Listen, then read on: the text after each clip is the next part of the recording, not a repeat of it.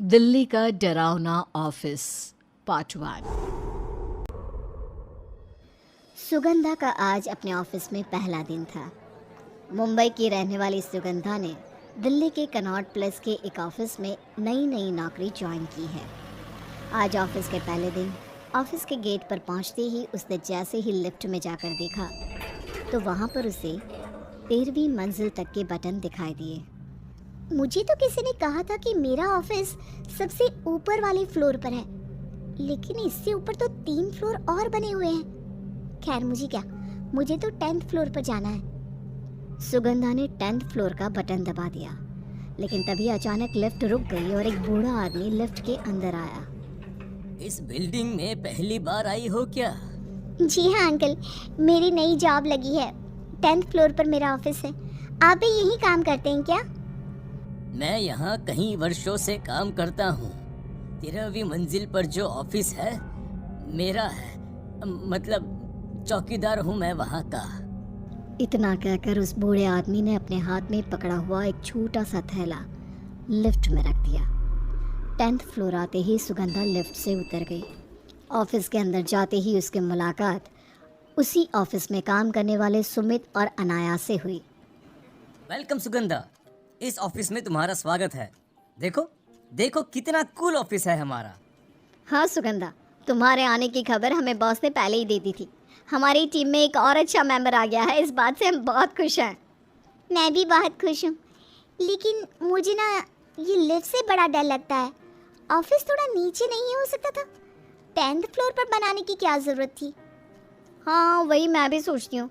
आखिर बिल्डिंग के सबसे ऊपर वाले फ्लोर पर ऑफिस लेना ज़रूरी था क्या? कितनी गर्मी हो जाती है यहाँ पर।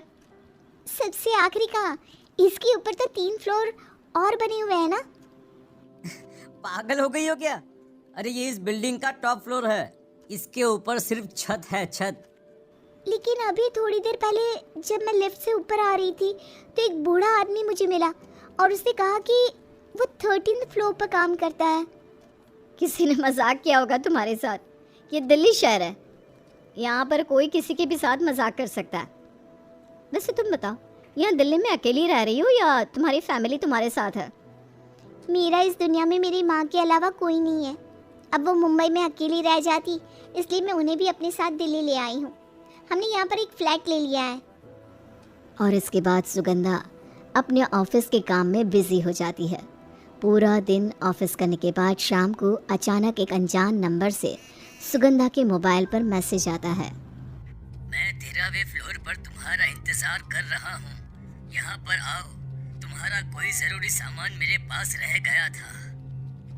ये मैसेज मुझे किसने किया है? और सुबह ही तो सुमित अनाया ने बताया कि इस बिल्डिंग में सिर्फ 10 फ्लोर है, फिर 13th फ्लोर पर कोई कैसे हो सकता है? ये मेरे साथ क्या हो रहा है? मुझे एक बार खुद जाकर चेक करना चाहिए। सुगंधा चेक करने के लिए जैसे ही लिफ्ट के अंदर जाती है उसे 13 नंबर का बटन नजर आता है। वो उसे प्रेस कर देती है। अचानक से लिफ्ट ऊपर की तरफ जाना शुरू कर देती है। समझ में नहीं आ रहा आखिर मेरे साथ मजाक कौन कर रहा था, वो बूढ़ा आदमी या फिर सुमित और अनाया? यहाँ तो वाकई में 13th फ्लोर है, वरना ये लिफ्ट ऊपर कैसे जाती? तभी लिफ्ट झटके के साथ रुकती है। उसका दरवाजा खुलता है और सुगंधा देखती है कि वहाँ सामने एक पूरी तरह से जली हुई ऑफिस की बिल्डिंग है। ये क्या, मैं ये कहाँ आ गई? मुझे वापस जाना चाहिए। सुगंधा जैसे ही लिफ्ट में वापस जाने के लिए पीछे पलटती है तो देखती है कि अब वहाँ ना कोई लिफ्ट है, ना ही नीचे जाने के लिए कोई सीढ़ियाँ। ये देखकर सुगंधा बहुत बुरी तरह से घबरा जाती है। कौन है? कौन है? यहाँ पर ये सब क्या हो रहा है? देखो अगर ये कोई मजाक है तो प्लीज अभी इसे बंद कर दो, प्लीज। मैंने तुमसे कहा था ना, मैं बरसों से यहाँ पर काम करता हूँ। ये मेरा ऑफिस है। ये देखो, तुम्हारा कुछ जरूरी सामान मेरे पास रह गया था, वही तुम्हें लौटाना था। क्या जरूरी सामान? किस बारे में बात कर रहे हैं आप? ध्यान से देखो, ये तुम्हारी रिस्ट वॉच पिछले 100 साल से यहाँ इस बिल्डिंग में पड़ी हुई है। ये क्या बकवास किए जा रहे हो? मेरी उम्र सिर्फ 25 साल की है, तो 100 साल पहले से मेरी घड़ी यहाँ कैसे हो सकती है? आखिर कौन हो तुम? अपनी घड़ी अपने साथ लेकर जाओ, वरना तुम्हारा बुरा वक्त शुरू हो जाएगा। और इतना कहकर वो बूढ़ा आदमी घड़ी सुगंधा की तरफ बढ़ाता है। सुगंधा जैसे ही उसे अपने हाथ में लेती है, अचानक से सब कुछ गायब हो जाता है। सुगंधा फिर से अपने ऑफिस के अंदर पहुंच जाती है। ये सब क्या हो रहा था? अभी कुछ देर पहले तो मैं उस जली हुई जगह पर थी और अब अचानक। तभी वहां पर अनाया आती है और सुगंधा को इस तरह खुद से बातें करते देख जोर जोर से हंसने लगती है। क्या हुआ? तुम्हारी तबीयत ठीक है ना? आज पूरी रात यहीं बैठकर ऑफिस का काम करना है क्या? मैडम 8 बज चुके हैं, अब घर जाओ यार, पहला दिन है। आज इतनी मेहनत कर लोगी तो बाद में क्या करोगी?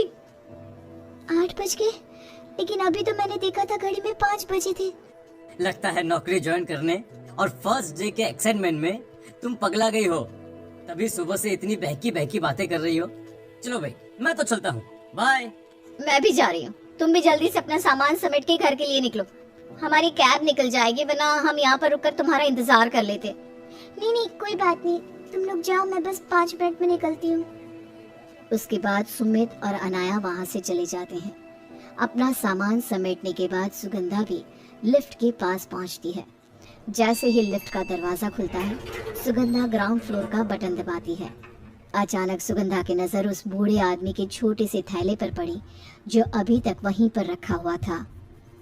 अरे ये थैला तो मैंने सुबह उन बूढ़े अंकल के पास देखा था, ये अभी तक यहाँ क्या कर रहा है? सुगंधा उस थैले को उठाती है और जैसे ही उसे खोलकर देखती है तो उसके होश उड़ जाते हैं। वो वहीं बेहोश हो जाती है। आखिर शहर में नई आई सुगंधा के साथ इतनी अजीब चीजें क्यों हो रही थी? ऐसा क्या देखा था उसने उस बूढ़े आदमी के थैले में, जिसे देखकर वो बेहोश हो गई? जानने के लिए देखिए इस कहानी का अगला भाग।